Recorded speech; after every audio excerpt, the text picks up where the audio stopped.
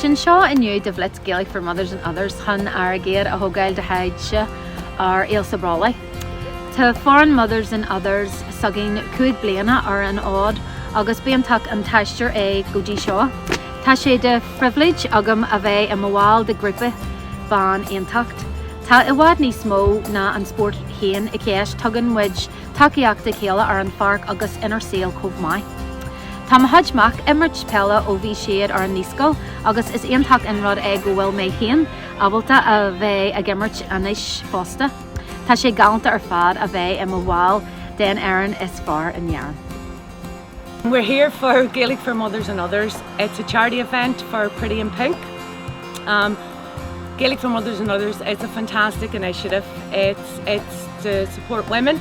It's here for not only the social aspect but also fitness and exercise. We've ladies who have never kicked a Gaelic football before in their life, and they're down here enthusiastic, they're willing to learn, and they're actually really talented. So look, with that mix up, it's a fantastic, it's a medicine, it's a wonderful place to be, and it's super to come and enjoy it.